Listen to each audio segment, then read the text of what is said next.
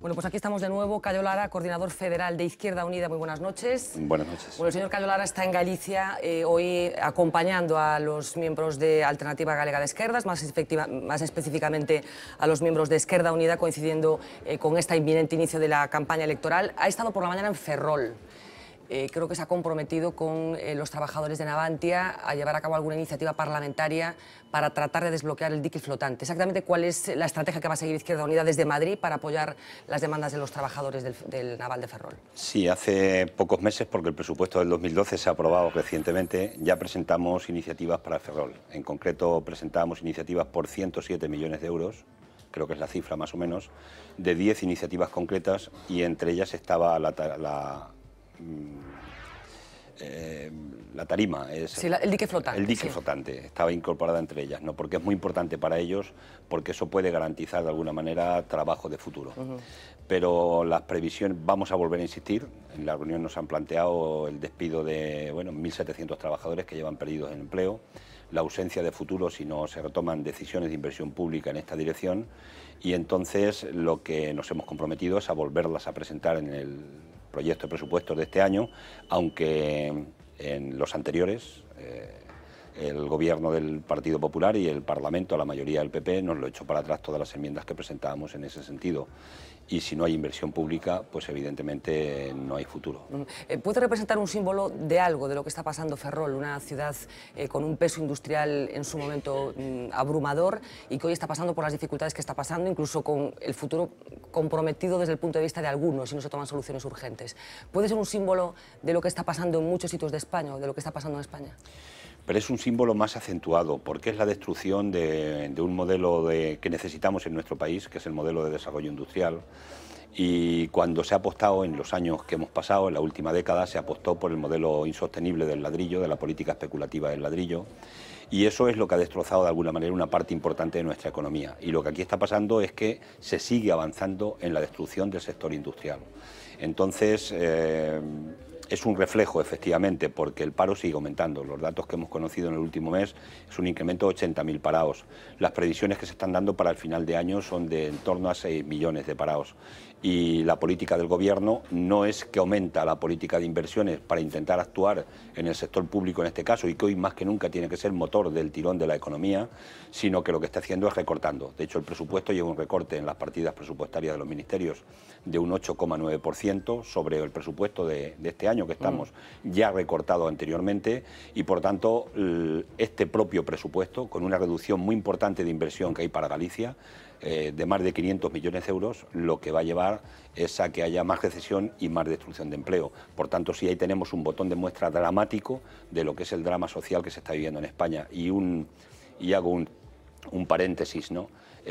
Yo creo que hay una voluntad decidida, y esto es una afirmación dura la que voy a hacer, ¿no?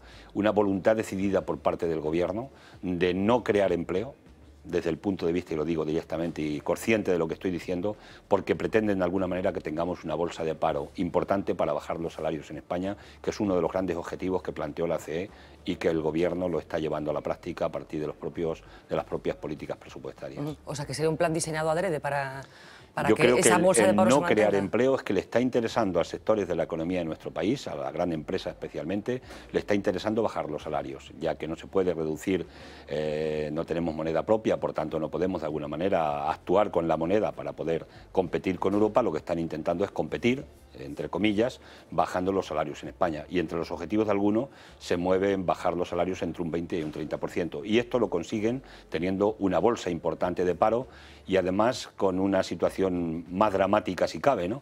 Y es que encima se están recortando los recursos para las prestaciones por desempleo. Este año los presupuestos se recorta concretamente un 6,3%. Creo que van a presentar una propuesta fiscal alternativa a los presupuestos generales del Estado del año próximo, estos que se acaban de presentar por parte del Gobierno. Básicamente, ¿en qué consistiría esa alternativa fiscal? Hay dos elementos que los ciudadanos tienen que conocer y que nosotros intentamos de divulgar. El primero de ellos es que hay un fraude fiscal en España, especialmente de las mayores empresas y de los grandes defraudadores, que se aproxima a los 90.000 millones de euros. Esto es mucho más dinero que lo que tenemos de déficit en el conjunto del Estado. Y en segundo lugar, se ha hecho una política de desfiscalización de la hacienda pública, es decir, se ha venido a lo largo de bastantes años rebajando más los impuestos a los más ricos, y de alguna forma eso ha llevado a que tengamos una debilidad importante de la hacienda pública. Se ha debilitado el Estado y consecuencia de eso también es por lo que se produce menos cantidad de recursos de transferencias a las propias comunidades autónomas. Lo que nosotros planteamos en el presupuesto es que hacemos la crítica global a un presupuesto que es de ajuste, de recortes y restrictivo, que, repito, generará más recesión y más paro, y lo que planteamos es buscar mayores ingresos. La propuesta es una alternativa fiscal y con unas cuantas, no las voy a detallar todas ellas, pero por ejemplo poniendo un botón de muestra, simplemente poniendo un tipo impositivo del 35% sobre los beneficios del capital, es decir, que esto parece razonable, una empresa que gane 100, que tenga que pagar 35 euros a la hacienda pública para contribuir al desarrollo social de nuestro país, no es ninguna locura, no es ninguna barbaridad, pues con esta medida sola se incorporarían a la hacienda pública 13.500 millones de euros. Esto es casi el doble de lo que supone la subida injusta del IVA de 3 puntos que se ha aplicado a los ciudadanos.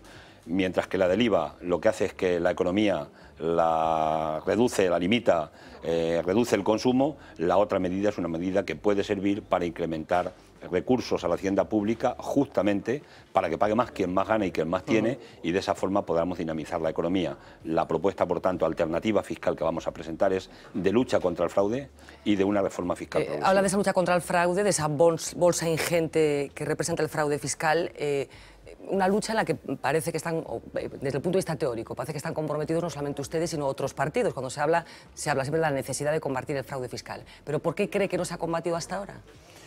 Hay muchas razones. Yo creo que ha habido una...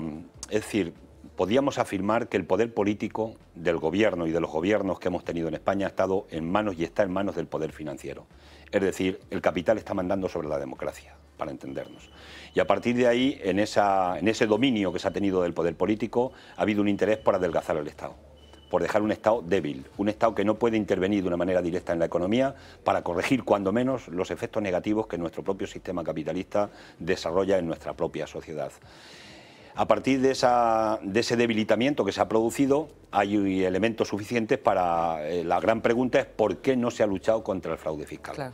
Y la respuesta está en que el fraude fiscal lo están provocando los grandes defraudadores, la propia banca y también las grandes empresas. Por ejemplo, un botón de muestra, 30 de las 35 empresas del IBEX están moviendo recursos en los paraísos fiscales. Y un segundo botón de muestra.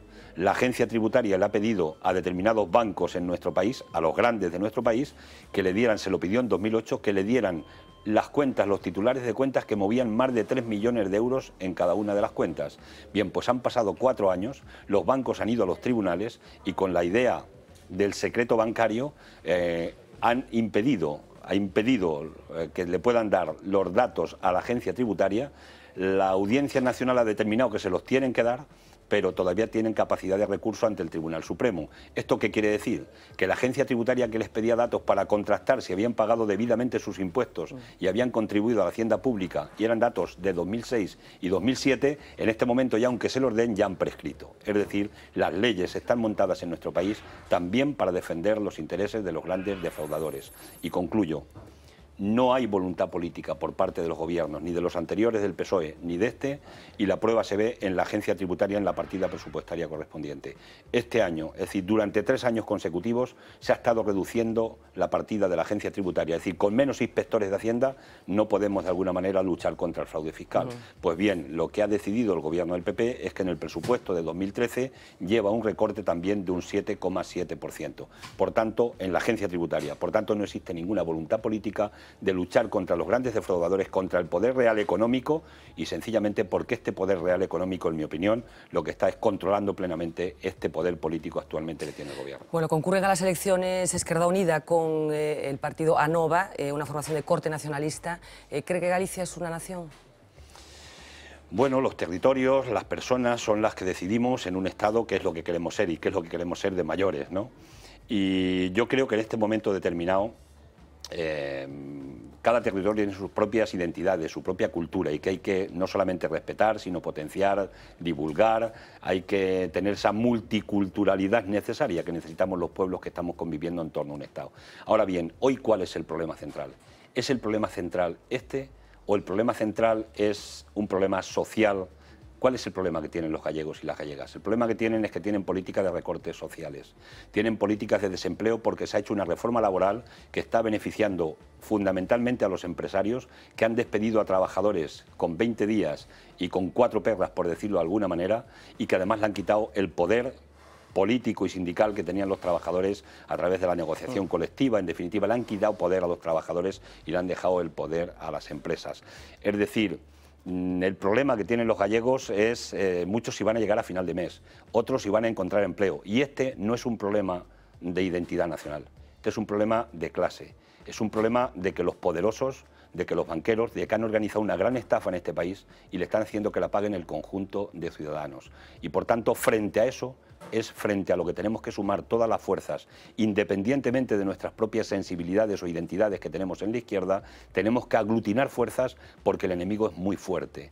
El enemigo está tirando con misiles y nosotros no podemos estar con un tirachinas, nos tenemos que organizar y en ese sentido yo creo que hoy prevalece lo que es la necesidad de los intereses de clase, plantarlos frente a esta ofensiva inmensa del capital, que es la que realmente está destruyendo y está haciendo tanto daño a los pueblos, independientemente de la identidad, la idiosincrasia o el concepto que tengamos nacional cada uno de los pueblos. Lo que pasa es que la crisis efectivamente está contaminando todo el presente, estamos de acuerdo, pero esta crisis está coincidiendo con un debate soberanista, con un sarpullido soberanista en el caso de Cataluña, muy presente y con mucha contundencia, con unos posicionamientos casi agresivos por ambas partes. En este contexto, ¿cómo cree usted que tendría que circular Galicia? Porque ese debate existe en Galicia. ¿Hay que seguir el debate o el territorio, el camino que se está abriendo en Cataluña o no?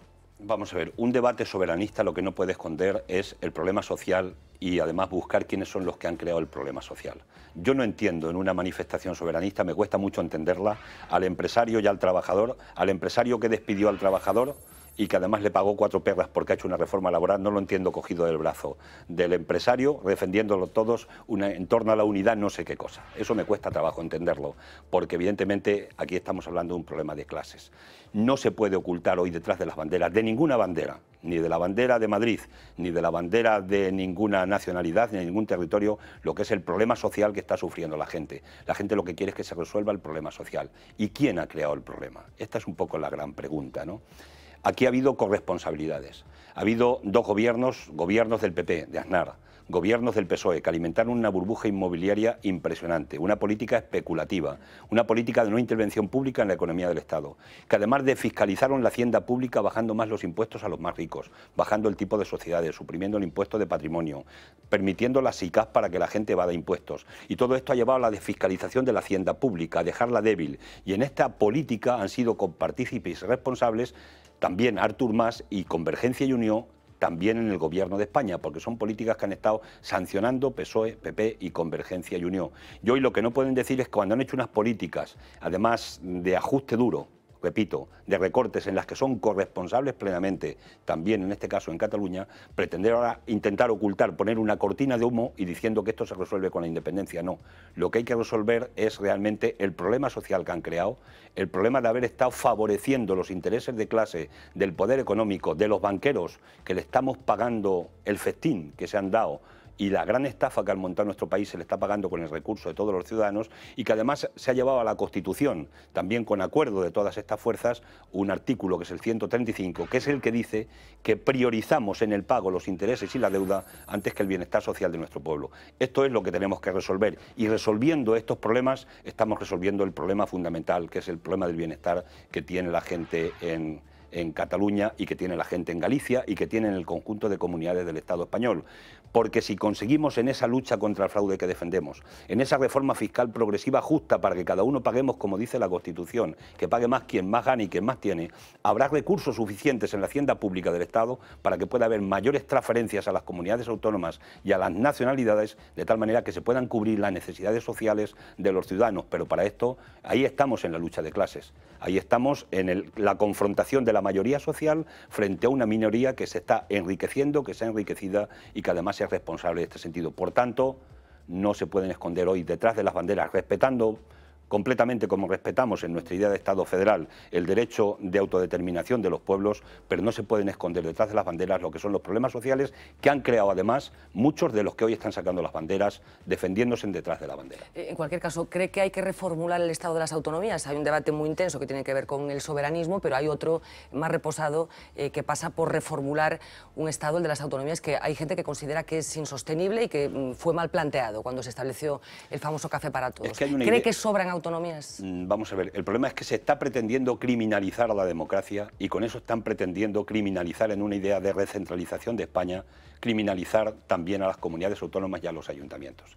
Esa idea de que han sido unas malgastadoras, de que han despilfarrado el recurso público y por tanto tenemos que reducirlas, lo que esconde detrás es reducir la democracia, porque no es verdad.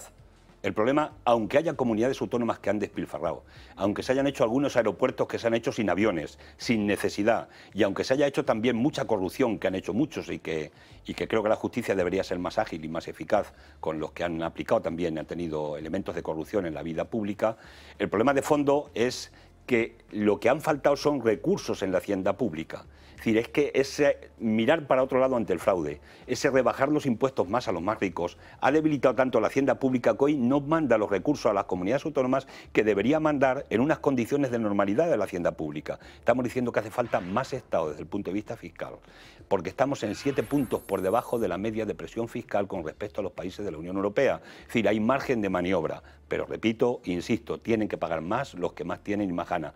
No es de recibo que hoy sean las rentas del trabajo las que están pagando 4 veces más que los beneficios del capital. Esto es absolutamente injusto. Y bien, esta situación es la que ha llevado a que no se remitan recursos a las comunidades autónomas y por tanto no se trata en quitar comunidades autónomas. Hemos funcionado en la década de los 80 con las comunidades autónomas y en la década de los 90 y no había dificultades y había los mismos diputados y se estaban haciendo los gastos y el país funcionaba y hemos tenido incluso épocas de superávit económico en las cuentas. Entonces no es el problema de las autonomías, aunque haya que hacer retoques. Nosotros estamos porque se supriman las diputaciones, que se transfieran sus competencias a las comunidades autónomas, a los ayuntamientos, estamos por mantener los ayuntamientos y que se sigan constituyendo en mancomunidades para prestar juntos servicios que no pueden presentar o prestar de manera individual y estamos, por ejemplo, por una reforma profunda del Senado, donde realmente el Senado sea la Cámara de Representación Territorial de las comunidades y ahí sí discuta realmente cuáles son los niveles, los índices que tienen de desarrollo las distintas comunidades y los ciudadanos, especialmente de cada una de las comunidades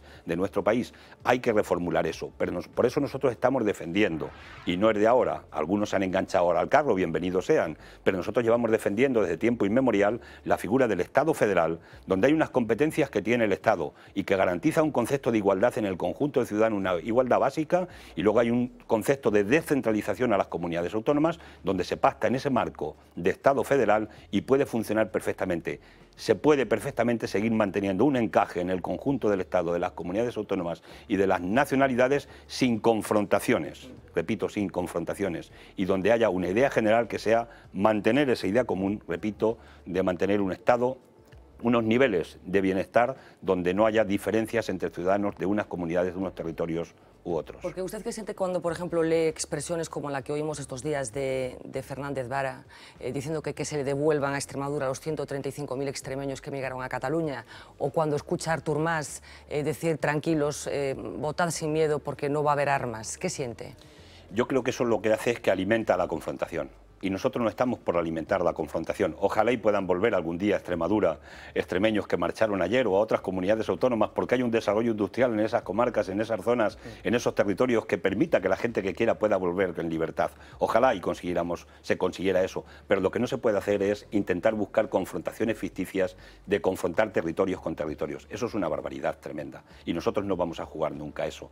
Hay posibilidades, están todas las posibilidades encima de la mesa para reorientar la política y la cohesión social y territorial desde el punto de vista, repito, de intereses de clase, de intereses sociales del conjunto de la mayoría y desde luego tenemos que situar los focos en los que son responsables de que esta situación se esté produciendo en este momento, de ese deterioro que se está produciendo de nuestra sociedad y que algunos están aprovechando para decir es que lo que no nos sirve es el Estado y lo que queremos es marcharnos del Estado porque este Estado es injusto con nosotros. Me parece que ese no es el camino y nosotros vamos a caminar, repito, en el camino del Estado federal y que creo que podemos convivir perfectamente todas las culturas que tiene nuestro país y más en un momento donde el poder es tan poderoso.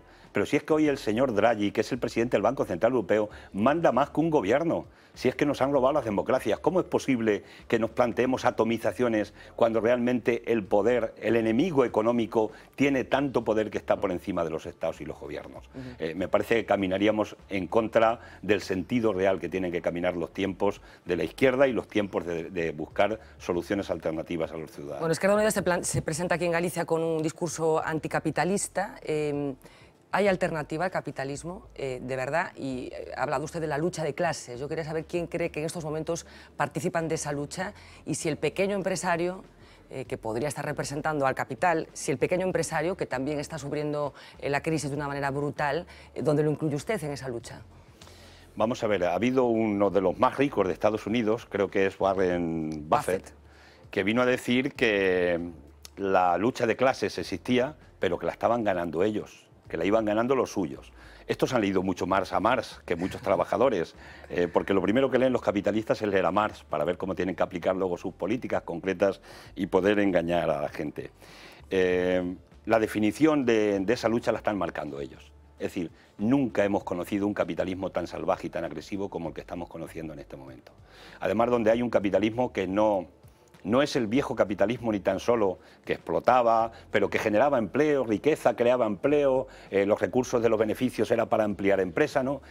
Donde inviertes en la economía especulativa, es el capital financiero, es únicamente en especular. Yo gano dinero porque especulo, porque muevo dinero de aquí para allá, pero no creo ninguna riqueza. Estos son los que se han quedado adueñados en este momento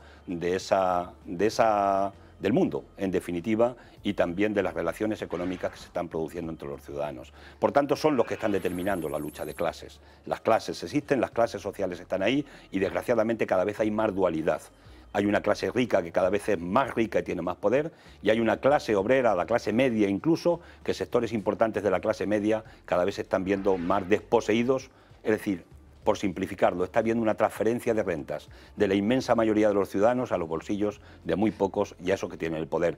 ¿Qué papel tiene que jugar en esta pelea el autónomo, el pequeño empresario, etcétera? Pues mira, forma parte de que se lo piense en qué parte está del camino.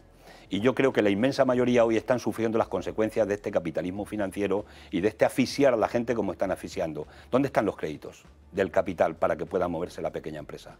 ¿Dónde están las promociones para que los autónomos puedan emprender iniciativas determinadas? ¿No están hoy mucho más cerca de lo que son las fuerzas productivas del trabajo, de la clase obrera, de los trabajadores asalariados, que de lo que son realmente los que les están asfixiando? ¿No está asfixiando realmente el capital financiero a mucha pequeña empresa de nuestro país y a mucho autónomo? Yo creo que en esas preguntas, cuando se las hagan y busquen y encuentren las respuestas, seguramente que van a encontrar en qué parte se encuentran, si están frente a esas políticas tan injustas y que están provocando tanta dualidad social, o están realmente con la gente que considera que la riqueza se tiene que repartir, como dice, por cierto, creo que es el artículo 138 de nuestra Constitución española, que dice que estará al servicio del interés general de los ciudadanos y ciudadanas. Dice cuando se hagan esas preguntas. Deduzco que usted cree que en estos momentos no han tomado la decisión correcta.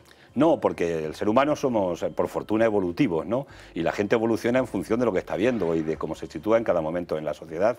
Y yo creo que hoy hay una capa muy amplia de clase media en nuestro país, de gente que jamás pensó que el propio sistema capitalista les iba a hacer daño, que en este momento se están repensando mucho si ellos están en esa misma onda, porque ha mutado, ha cambiado de una manera tremenda lo que es incluso el propio concepto de las empresas capitalistas que conocimos hace 50, 60 o 70 años, pero que hoy ese capitalismo financiero agresivo, salvaje, es yo diría que es una novedad en la historia de nuestra corta vida que tenemos aquí en este siglo XX y siglo XXI, ¿no? Bueno, hay quien sostiene desde el Gobierno de una forma muy específica que lo que se está haciendo es lo único que se puede hacer, que los recortes son consecuencia, entre otras cosas, de esa deuda ingente que estamos pagando con unos intereses elevadísimos. Y por poner un ejemplo inmediato, este mes de octubre hay que devolver 29.420 millones de euros. Si usted fuera en estos momentos el presidente del Gobierno y tuviera que tomar una decisión inmediata con respecto a la devolución de este dinero, ¿qué haría? Vamos a ver. El problema es esto, ¿por qué pasa? Si no encontramos la raíz del problema, es difícil que podamos buscar la solución. Sí, pero vamos a olvidarnos del origen. No, ya sé que es un ejercicio complicado que le pido, pero si tuviera que tomar una decisión en este momento, si por la razón que fuera usted en estos momentos se convierte en presidente del Gobierno y hay que devolver ese dinero, como consecuencia de los plazos impuestos, ¿qué haría? ¿Lo devolvería o no lo devolvería? Primera medida, yo repito, primera medida. El déficit que se está produciendo en España hoy es perfectamente resolvible desde el punto de vista de luchar contra el fraude y una reforma fiscal progresiva. Sería la primera medida que haría, para tener independencia plena desde el punto de vista de gobierno, para poder decir, hablar a los inversores que han prestado dinero y a los que le estamos pagando sus intereses abusivos, poder renegociar la deuda con una auditoría de cuál es la deuda ilegítima y cuáles son los intereses ilegítimos. Una. Dos, presión en la Unión Europea de manera directa para decir si el Banco Central Europeo es nuestro banco o es el banco de los lobbies de la banca y de los inversores especulativos internacionales. Esa es una pregunta. Si el Banco Central es nuestro banco tiene que comprar directamente deuda y la tiene que comprar al mismo tipo de interés que le da dinero a los banqueros para que los banqueros especulen con la deuda soberana, es decir, al 0,75%. Si no, no es nuestro banco. Sino, ¿qué estructura hemos organizado de la Unión Europea? ¿Hemos organizado una Unión Europea para los banqueros y los especuladores financieros o hemos organizado una Unión Europea para tener más integración social y desarrollar socialmente? Por eso digo que hay que ir a la raíz del problema. Y si nos quitamos la dependencia del exceso de déficit que tenemos por la vía de esa lucha contra el fraude y por la vía de la reforma fiscal progresiva, nosotros estamos en condiciones, desde el punto de vista de la independencia económica, repito, para plantar cara también a esos inversores extranjeros que tenemos, incluso españoles, que han hecho inversión aquí. Y luego hay dos deudas. La deuda pública es importante, pero no es la más grave que tenemos en el país. La más grave es la deuda privada que han creado las entidades financieras y que esa sí está lastrando seriamente la economía.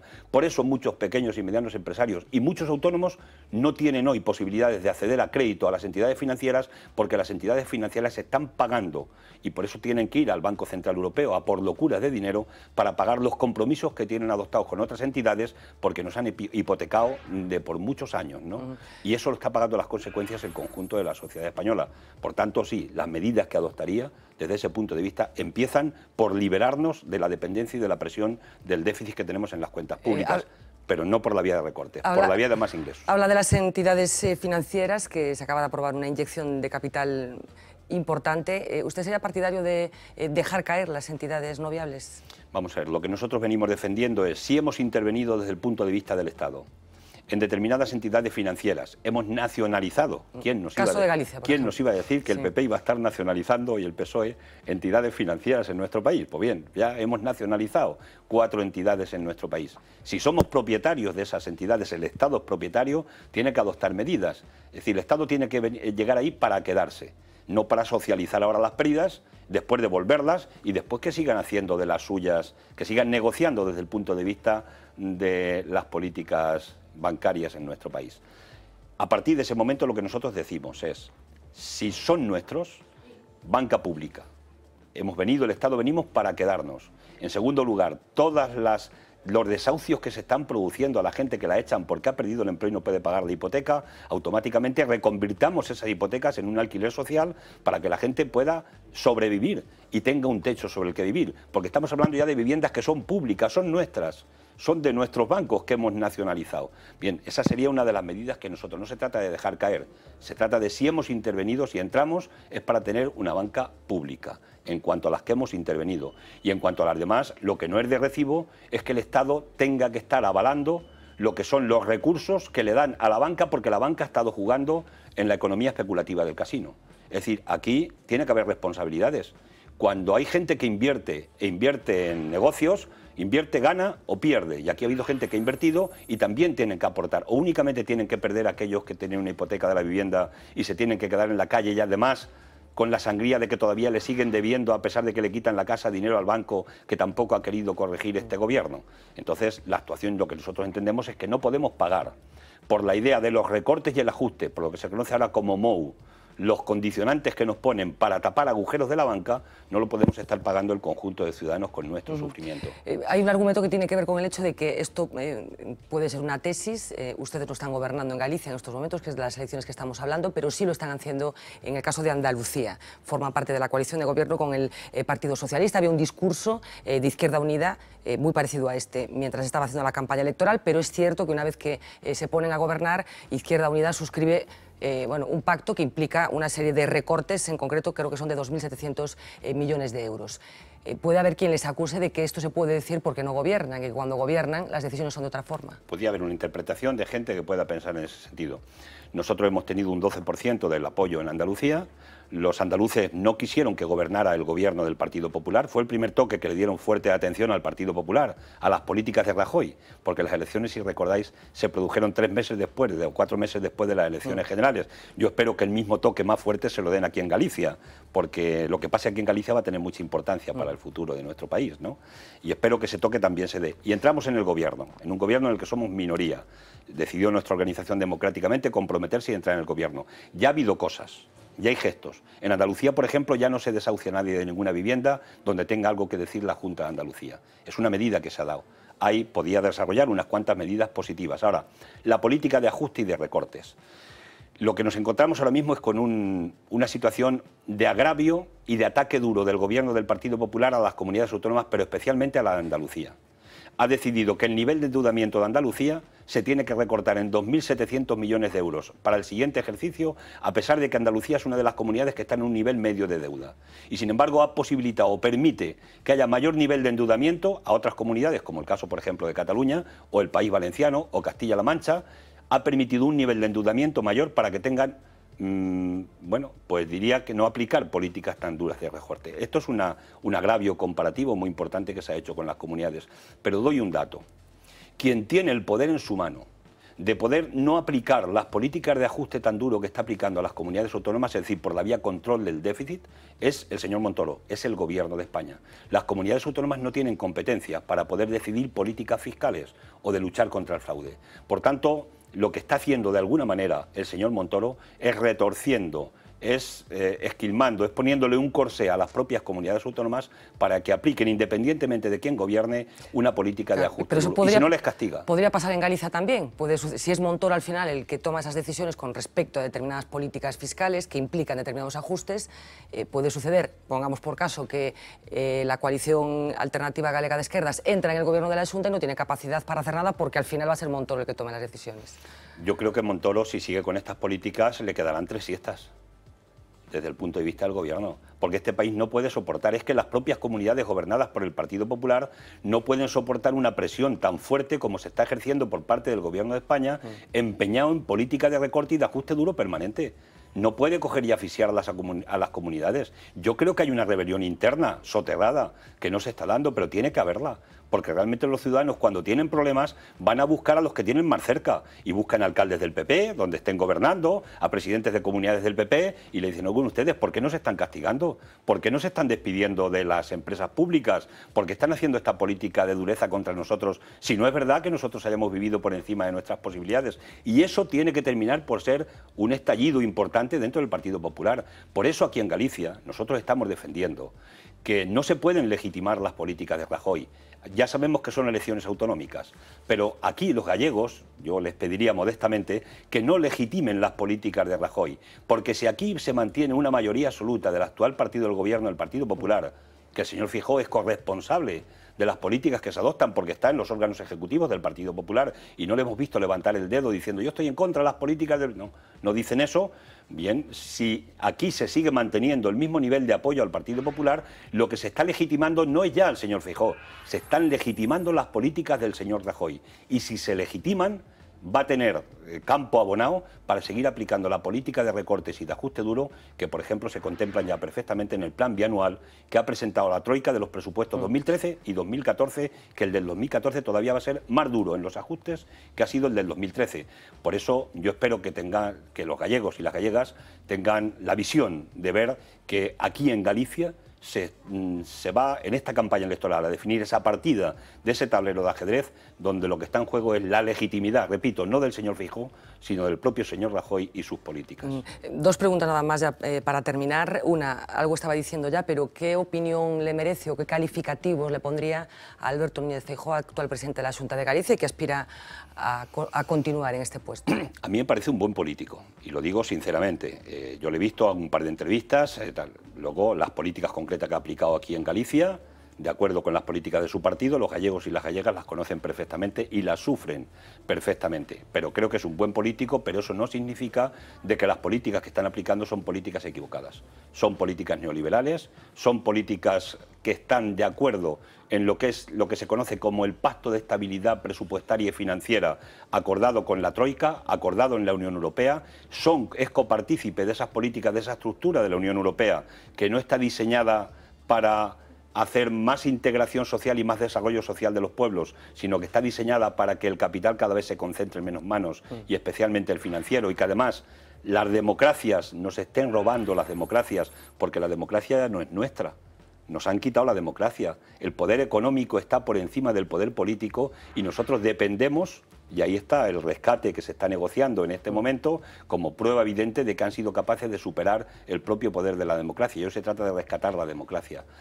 Por tanto, yo espero que independientemente de la opinión que yo pueda tener sobre el señor Feijóo, como, repito, político del Partido Popular y tal, lo que prime aquí sean las políticas concretas que se están aplicando, y en ese sentido, repito y reitero, que espero que los gallegos y gallegas le pongan una moción de censura desde el punto de vista social a las políticas de Rajoy en la siguiente campaña electoral y el día 21 especialmente. Le preguntaba por Alberto Núñez Feijóo, pero ya para terminar me interesa también mucho su opinión sobre qué piensa de Xosé Manuel Beiras, la persona que lidera el partido que va en coalición con Esquerda Unida.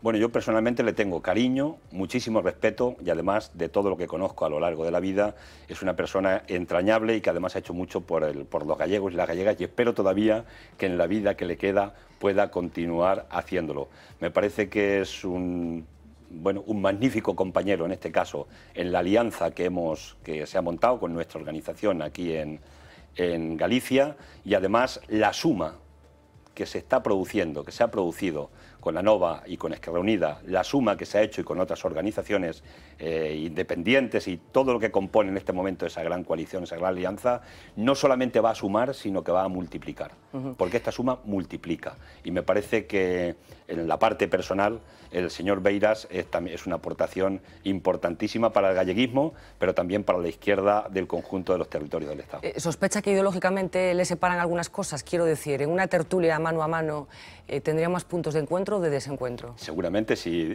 diferencias tenemos, hasta la gente que convivimos todos los días, si no tuviéramos diferencias sería tremendo, sería muy uniforme y eso sería absolutamente triste, ¿no?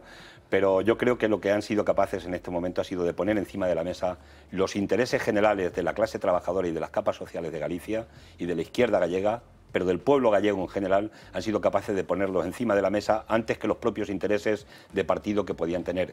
Y los elementos que pueden separar a la izquierda federal, que representa Esquerra Unida y que puede representar el señor Beiras y su organización y las personas que están con él, pues evidentemente, repito, son menores que lo que es el gran interés general de que tenemos que montar un frente, una gran coalición desde el punto de vista de la izquierda alternativa a estas políticas capitalistas neoliberales que tantos daños están haciendo a la sociedad. Para mí eso es la grandeza de este proyecto. En el pasado, Esquerda Unida optó más por ir con coaliciones y establecer acuerdos con el Partido Socialista de aquí de Galicia. ¿Por qué esta vez no con el PSOE? Es algo que tienen que decidir aquí los compañeros de manera soberana. Yo quiero dejar claro aquí, y no digo ninguna novedad, de que la soberanía de nosotros tenemos nuestra organización, el Estado federal en Izquierda Unida aplicado, y la soberanía de nuestras organizaciones es muy alta, con unos niveles altísimos. Y por tanto, aquí en Galicia las decisiones que vayan a adoptar del día de después de las elecciones, igual que la decisión que han adoptado ahora de la coalición, lo han decidido ellos soberanamente. Nosotros, a mí me encantaría que vayamos sumando en los distintos territorios del Estado alianza en la fuerza de la izquierda, pero eso no puede ser un proceso impuesto, tiene que ser porque surge del propio interés de la propia gente. Aquí así lo han decidido soberanamente y caminan en esa dirección. Cuando llegue el día de después del día 21 y se vean los resultados, que lo primero que hay que hacer es ir a por unos buenos resultados, en las alianzas o no que se tengan que producir después, son ellos soberanos para tomar las decisiones, pero una cosa sí está clara, las alianzas es sobre propuesta concreta, sobre programas. Lo que no podemos es engañar a los ciudadanos. Es decir, si hoy estamos haciendo un compromiso con la ciudadanía, no podemos hacer lo que ha hecho Rajoy. Presentar un programa y hacer el programa contrario. No es que haya matizado sobre el programa que presentó, es que hace un programa radicalmente contrario que hace daño a mucha gente.